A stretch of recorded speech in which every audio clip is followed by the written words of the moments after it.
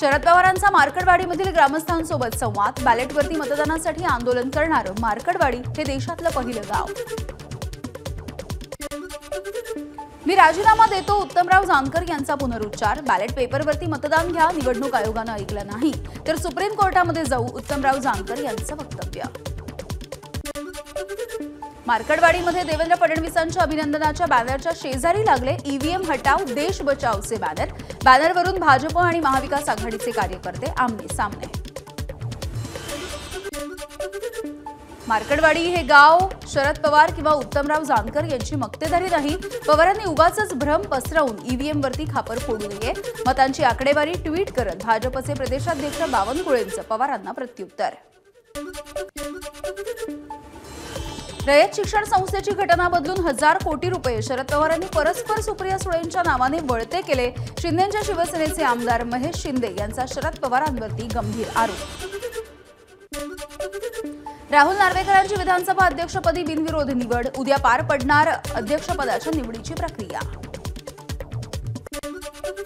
शिवसेना आमदार आणि मंत्र्यांचा प्रगती पुस्तक तयार। संजय राठोड आणि अब्दुल सत्तार यांना डच्चू मिळण्याची शक्यता, तर गोगावले, शिरसाट, प्रताप सरनाईक, खोतकरांची मंत्रिपदी वर्णी लागण्याची शक्यता। विविध खात्यांचा मंत्री म्हणून काम पाहिलं, त्यामुळे एकनाथ शिंदे मंत्रिपदाच्या संदर्भात योग्य तो निर्णय घेतील, संजय राठोड यांची प्रतिक्रिया। अबू आझमी हे भाजपच्या बी टीम सारखे वागतात। अबू आझमींच्या भूमिकेवरती आदित्य ठाकरेंची प्रतिक्रिया। लोकसभा आणि विधानसभा निवडणुकीमध्ये जेव्हा ठाकरेंच्या उमेदवारांसाठी समाजवादी पक्षानं प्रचार केला, तेव्हा आदित्य ठाकरेंना समाजवादी पक्ष भाजपची बी टीम आहे हे दिसलं नाही का? समाजवादी पक्षाचे आमदार रईस शेख यांचा ठाकरेंच्या शिवसेनेला सवाल। विधानसभेच्या नवनिर्वाचित आमदारांचा शपथविधीचा सोहळा पूर्ण। 288 पैकी 280 आमदारांनी घेतली सदस्यत्वाची शपथ, तर 8 आमदारांना उद्या किंवा विधानसभा अध्यक्षांच्या दालनामध्ये शपथ दिली जाणार। आज 114 पैकी 106 आमदारांनी घेतली शपथ। अद्यापही 8 आमदारांचा शपथविधी शिल्लक। उत्तमराव जानकर, विलास भुमरे, वरुण सरदेसाई, मनोज जामसुदकर, विनय कोरे, जयंत पाटील, शेखर निकम, सुनील शेळके यांचा शपथविधी बाकी। आमदारकीची शपथ घेताना आमदार रोहित पाटील हे भाऊक। वडील आर पाटील यांची आठवण झाल्यामुळे रोहित पाटील भाऊक। आदित्य ठाकरे आणि अदिती तटकरे यांची विधानभवनाच्या परिसरामध्ये भेट। दोघांचाही एकमेकांशी संवाद। आज शपथ घेणाऱ्या विरोधकांचा आक्षेप दूर झाला का? कालच्या शपथविधीवरील बहिष्कारावरून शिंदेंचा विरोधी आमदारांना सवाल। विरोधकांना संविधान फक्त निवडणुकीपुरतं आठवतं। आमदारकीची शपथ घेण्यासाठी नकार म्हणजे संविधानाचा अपमान। संविधानाचा अपमान म्हणजेच बाबासाहेबांचा अपमान। बावनकुळेंचा विरोधकांवर हल्लाबोल।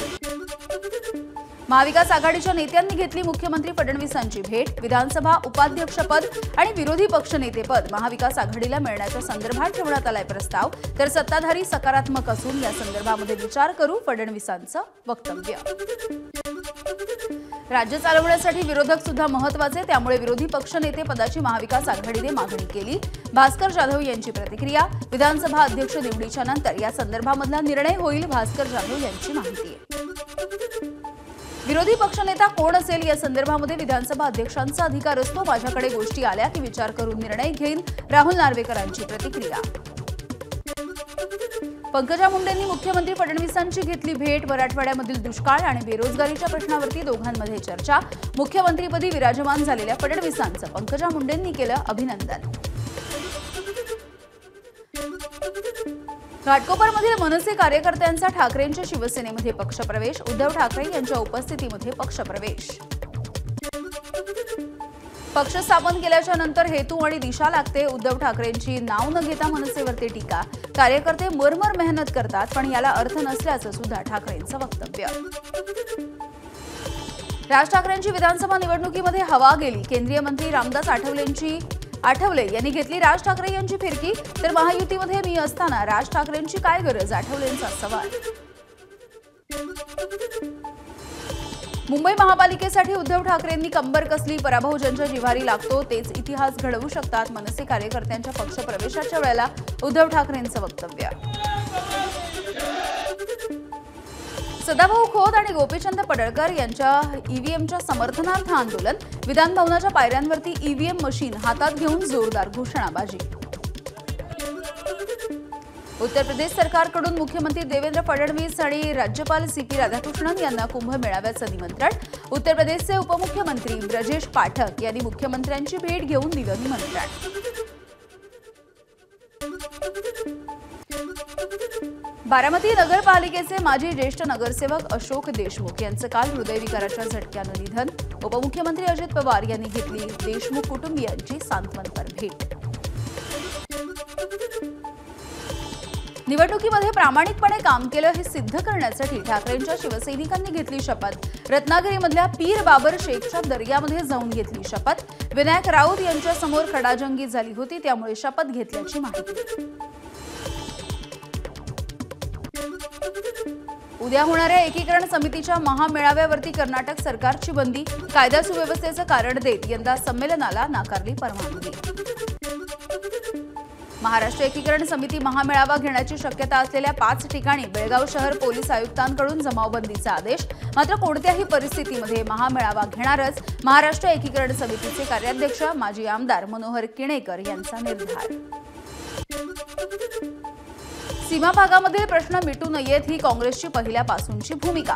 एकीकरण समितीच्या महामेळाव्यावरील बंदीवरती उदय सामंत यांची प्रतिक्रिया। केंद्र सरकारने पुढाकार घेऊन सोक्षमोक्ष लावावा, कर्नाटक सरकारच्या एकीकरण समितीच्या महामेळाव्यावरील बंदीच्या संदर्भात हसन मुश्रीफ यांची प्रतिक्रिया। महाविकास आघाडीला ईव्हीएमवरती शंका असेल तर अमरावतीच्या खासदारांनी राजीनामा द्यावा। बडनेरामधून निवडून आलेले रवी राणा सुद्धा राजीनामा देतील। बॅलेटवरती निवडणूक घ्यावी, नवनीत राणांचं महाविकास आघाडीला आवाहन। इंदापूरच्या तरंगवाडी गावामध्ये ईव्हीएमच्या समर्थनार्थ डीजेच्या तालावरती मिरवणूक। राष्ट्रवादी युवक काँग्रेसच्या पदाधिकाऱ्यांनी घोड्यावरून काढली ईव्हीएमच्या प्रतिकृतीची मिरवणूक। एबीपी माझा, उघडा डोळे बघा नीट।